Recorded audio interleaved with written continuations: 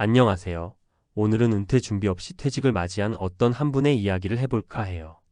사실 누구나 이래서 은퇴한다라는 말은 한 번쯤 들어봤지만 막상 내 일이 아니라고 생각하면 머릿속에서 멀리 밀어두기 마련이죠. 그런데 막상 그 시점에 닥치면 정말 손쓸 틈이 없이 혼란스러운 상황에 빠질 수 있어요. 혹시 지금 이 글을 읽고 계신 분들도 나는 아직 멀었어 라고 생각하고 계신가요? 그 마음 솔직히 이해가 됩니다. 저도 그랬고 대부분 그렇게 생각하니까요.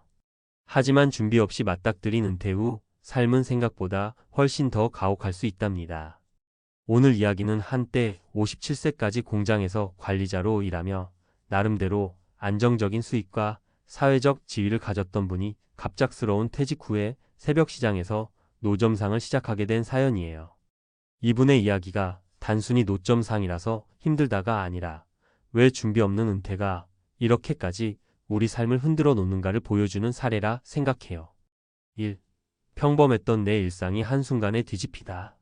우리 주인공 김종석 가명 씨는 57세까지 큰 문제 없이 공장에서 관리직을 맡아왔어요. 공장을 운영하는 건 아니었지만 현장 인력 관리나 생산 스케줄 조정 등을 책임지며 직장 생활에 많은 애정을 가지고 계셨죠. 그래서 은퇴라는 말을 떠올리면 나도 언젠간 쉬어야겠지 정도로만 생각했대요. 크게 병이 있는 것도 아니고 당장 잘릴 이유도 없어 보였거든요. 그런데 예상치 못하게 회사 사정이 급격히 안 좋아지면서 구조조정 바람이 불었고 결국 종석 씨도 퇴직 권고를 받게 됐습니다. 퇴직금이 어느 정도 나오긴 했지만 다음 직장을 구할 수 있겠지 하는 마음으로 잠깐 쉬다가 다시 일을 찾을 생각이었어요. 문제는 50대 후반에 접어든 상태에서 새로운 일자리를 찾기가 생각만큼 쉽지 않았다는 거예요.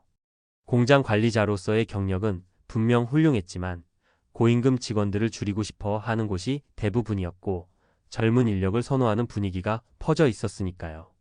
결국 몇 달이 흐르도록 이렇다 할 일자리를 구하지 못한 채 퇴직금은 생활비와 가족 부양에 조금씩 녹아들어 갔습니다. 그렇다고 아무런 일을 안 할 수는 없으니 새벽 시장에 나가 노점을 시작해 봤어요.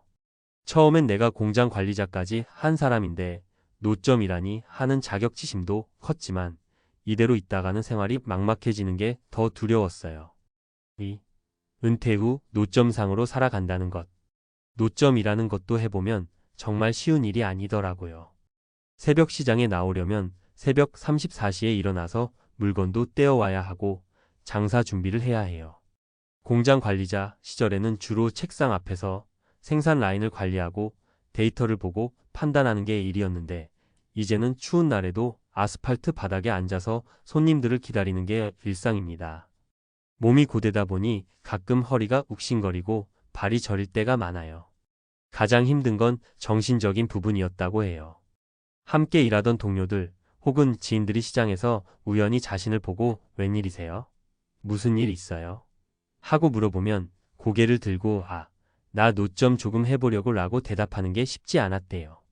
자존심이 상하기도 하고 내가 평생 일궈온 자리는 어디로 갔나 싶어서 마음이 복잡해진다는 거죠. 하지만 그럼에도 삶은 계속 이어져야 하고 가족들을 부양해야 하니까 매일같이 새벽 3시에 일어나 시장으로 가요. 그렇게 몇 달이 지나고 조금씩 노점 일이 손에 익으면서 어느 정도 버틸 수는 있겠다라는 마음도 생깁니다. 그러나 이게 정말 장기적으로 갈 수 있는 일인가? 지금 수입은 과거의 절반도 안 되는데 앞으로 60세, 65세, 70세가 되면 또 어떻게 살아야 하나? 이런 고민이 끊임없이 이어졌다고 하네요. 3.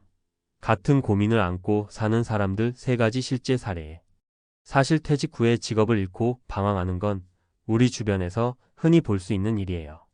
좀 더 설득력 있게 말씀드리기 위해 김종석 씨와 비슷한 상황에 처했던 다른 3분의 이야기도 잠깐 들려드릴게요. 박성호 가명 55세 전직 은행원. 성호 씨는 50대 중반까지 은행에서 차장으로 근무했어요. 안정적인 직업, 괜찮은 연봉, 잘 갖춰진 복지제도 덕분에 딱히 불안감 없이 지냈습니다. 그러다 은행이 희망퇴직을 받기 시작하면서 퇴직금 유혹도 있고 내가 하면 뭐든 잘할 거야 하는 자신감에 사표를 냈어요. 막상 나와보니 생각보다 세상은 빠르게 변하고 있었고 은행원 경력이 다른 업종에서는 크게 통하지 않더라고요. 처음에는 컨설팅, 재무 상담 같은 개인 사업을 해보려 했지만 영업망 확보가 쉽지 않아 실패. 결국 임시직으로 여기저기 뛰어다니며 생활비를 마련하고 있다고 해요.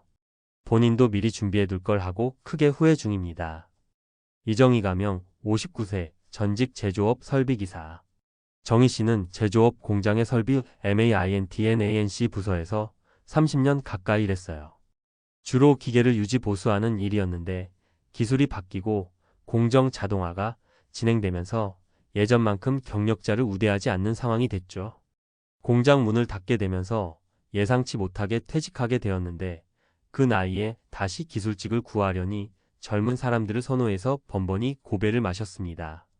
집에서는 편의점이든 택배 일이든 뭐라도 하세요 라며 걱정 어린 성화를 부리고 본인 스스로도 자존감이 바닥을 치는 상태래요. 한참 사춘기인 자녀들과의 갈등도 생겨서 마음고생이 심하다고 합니다.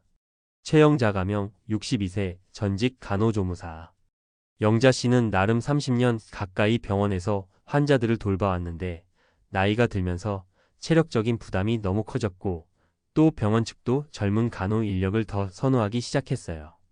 결국 병원을 그만두고 경험이 많으니 간호 관련 자격증이나 의료 관련 사업을 해볼까? 라고 고민했는데 막상 자격증 공부나 창업 준비를 시작하려니 너무 늦은 감이 있었어요. 제대로 된 준비 없이 일을 시작했다가 금전 손해만 크게 보고 지금은 요양보호사로 다시 자리를 옮겼다고 하네요. 체력은 예전 같지 않은데 일은 더 힘들고 수입은 적으니 매일같이 고민이 깊다고 해요. 이처럼 각자 나름대로 열심히 살아왔고 경력도 인정받을 만한 분들이 한순간에 밀려나서 새로운 일을 찾거나 자리를 잡는데 어려움을 겪고 있어요. 그 공통점은 은퇴를 준비하지 않았다라는 겁니다. 다시 말해 퇴직이나 은퇴가 먼 훗날 일이 아니라 언제든 갑자기 닥칠 수도 있다는 걸 미처 실감하지 못했던 거죠. 4. 은퇴 준비의 중요성과 대안. 그렇다면 어떻게 해야 하냐라고 물으실 텐데 사실 정답은 간단치 않아요. 상황에 따라 다르고 사람마다 원하는 삶이 다르니까요. 다만 몇 가지 기본적인 방향은 있어요. 미리 금융적 안전망을 만들어 두기. 퇴직금이나 연금을 단기 생활비로만 쓰지 않을 수 있도록 최소한의 금융 계획을 세워두는 게 중요해요. 젊을 때부터 조금씩 저축이나 투자 혹은 개인연금을 병행해 둔다면 훨씬 수월해집니다. 자격증 기술 네트워크 구축. 김종석 씨가 공장 관리자로 일하실 때 만약 현장 기술 관련 자격증이나 관리직 전문 지식을 증명할 만한 것을 갖고 있었더라면 재취업에 훨씬 도움이 됐을 거예요. 은퇴가 내일 당장 올 수도 있다 생각하고 내가 즐길 수 있으면서도 경쟁력을 가질 수 있는 자격증이나 기술을 한두 개쯤 준비해 두는 게 좋아요. 또 인간관계도 중요해요. 사람과의 연결이 커리어 기회를 만들어주기도 하니까요. 새로운 일자리에 대한 유연성. 사실 퇴직 후에 바로 예전 수준의 급여와 지위를 바랄 수는 없을 때가 많아요. 일단은 내 몸을 움직여서 할 수 있는 일부터 시작하는 게 좋습니다. 다만 그 과정에서 왜 나는 이 일을 해야 하지? 라고 자책하기보다 이 일에서 내가 배울 수 있는 건 뭘까? 라고 생각하면 조금은 더 긍정적으로 다가갈 수 있죠. 하향 취업이라는 말이 있지만 이는 자존심의 문제라기보다는 현실적인 대안의 문제라고 보기도 해요. 새로운 일터에서 사람을 만나고 또 다른 인연을 만들면서 다음 기회로 나아갈 수도 있거든요. 5. 우리 삶은 계속 이어진다. 김종석 씨 이야기를 다시 돌아보면 공장 관리자 시절에는 에이 나야 괜찮겠지라고 생각했지만 퇴직 뒤에는 전혀 다른 환경으로 던져졌어요. 그래도 노점 일을 통해 하루하루를 버티면서 예전에는 너무 안일했구나라는 걸 깨달았다고 해요. 지금은 판매할 물건 종류를 더 다양하게 늘리고 온라인 판매까지 검토하면서 새로운 가능성을 찾고 계신다고 합니다. 인생이라는 게 참 예측 불가능하죠. 준비하고 있어도 변수가 생길 수 있는데 준비 자체가 없다면 그 타격은 훨씬 더 크게 다가옵니다. 은퇴 이후의 삶은 길어질 수밖에 없는 시대에 살고 있는 만큼 50대 초반이나 심지어 40대 후반부터라도 다음 단계를 조금씩 그려보는 게 현명해요. 직장인이건 자영업자건 나는 아직 젊은데 뭘이라고 생각하는 그 순간부터 은퇴 준비는 이미 늦어졌을 수도 있어요. 남들보다 특별히 부유하거나 큰 사업체를 운영하는 게 아니라면 말이에요. 그만큼 준비된 은퇴와 그렇지 않은 은퇴의 간극은 엄청나거든요. 6. 마무리하며 은퇴 준비를 미리 하지 않아도 잘 살 수 있는 사람은 분명 있습니다. 그런데 대부분의 평범한 사람들에게는 은퇴 준비가 선택이 아니라 필수예요. 그걸 너무 늦게 깨달으면 김종석 씨처럼 예기치 못한 큰 변화를 맞닥뜨리게 될 수 있다는 거죠. 하지만 그렇다고 지금 당장 모든 걸 포기하고 늦었으니 안 되라고 생각할 필요도 없어요. 지금이라도 시작하면 됩니다. 자격증 하나라도 혹은 작은 사업 아이디어라도 조금씩 정보를 찾아보고 네트워크를 만들고 공부하는 거예요. 실제로 중년 이후에도 온라인 강의를 듣거나 소규모 창업을 해서 새롭게 성공하는 사례가 많이 늘고 있습니다.